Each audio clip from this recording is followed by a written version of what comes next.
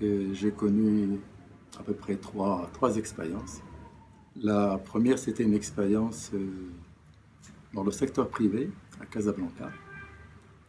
C'était dans une filiale d'un groupe international de télécommunications. C'était la société, le groupe ITT à l'époque, ITT, International Téléphone Télégraphe, qui a été absorbé par d'autres sociétés par la suite. Donc j'ai été recruté comme adjoint au directeur technique. Et dans la société, donc on fabriquait des centres téléphoniques privés ainsi que des postes téléphoniques destinés à l'administration des PTT. C'est une expérience qui a duré à peu près 4 ans et demi, entre 4 et 5 ans. Et c'était une expérience dans le secteur privé. Ma deuxième expérience s'est déroulée dans le secteur semi-public à Rabat, au sein de l'Office pour le développement industriel. Cet office venait d'être créé à l'époque, début 1974. Il fallait créer un instrument pour stimuler et promouvoir l'investissement industriel. Et j'étais responsable du département des industries mécaniques, électriques et électroniques. Cette phase a permis de créer un véritable secteur industriel privé. Ça mérite d'être souligné parce que beaucoup de sociétés privées qui tournent aujourd'hui ont pour origine un travail de promotion de l'audit. Alors, ma troisième expérience, c'était au sein du ministère de la privatisation. J'étais détaché de l'audit au ministère comme conseiller de ministre. Et c'était d'autant plus important et sensible qu'à l'époque, si vous vous rappelez, il y avait des envolées politiques, il y avait des oppositions politiques contre le programme de privatisation. Quelle année?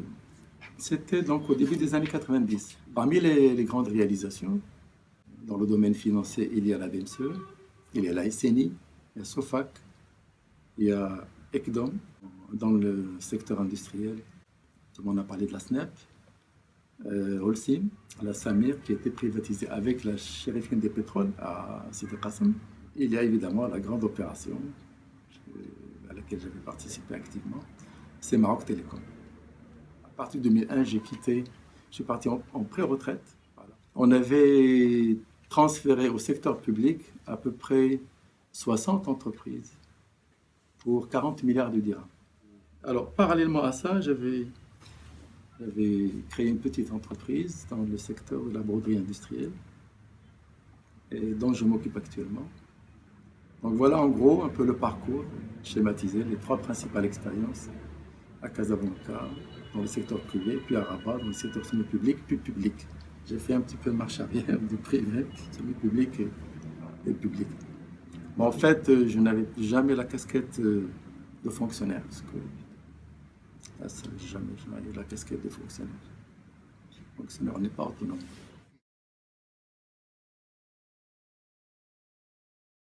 Des souvenirs de travail intense, travailler beaucoup, pas beaucoup de repos. J'étais inscrit à la division radioélectricité électronique. Peut-être je suis le seul Marocain qui a fait cette division. Sauf faire Mounir, il a rajouté une année Ah, pour faire. Je le savais Sauf pas. faire Mounir. Le cursus était cassé par les événements de mai 68.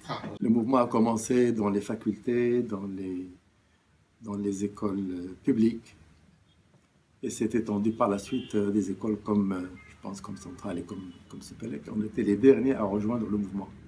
Et on commençait à manifester comme tout le monde, on sortait, et puis il y avait des charges de flics, souvent en civil. Donc tu recevais des coups sans savoir de qui ça venait. C'était terrible. C'était une bonne expérience. Mais je pense que ça a quand même marqué la formation, enfin le cursus. Pas question. Pourquoi? On pouvait. Non, je voulais rentrer au Maroc, ça c'était. Autant on pouvait rester en France pour travailler, il y avait des propositions. Oui, des propositions. Je me rappelle notamment de la Banque mondiale qui cherchait des candidats.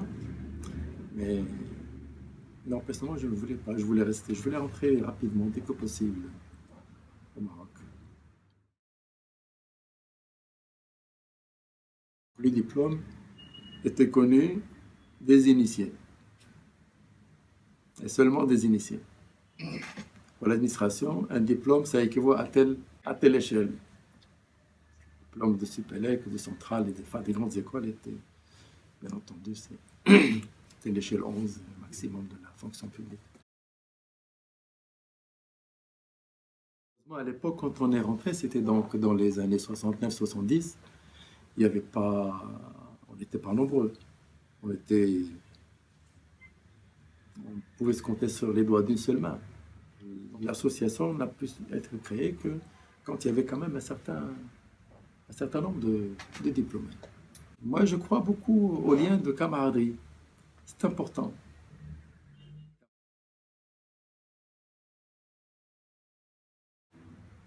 Entre Supélec et Centrale, la coopération avait commencé, j'avais vu un peu dans l'historique de Supélec, avait commencé dans les années 1943-44,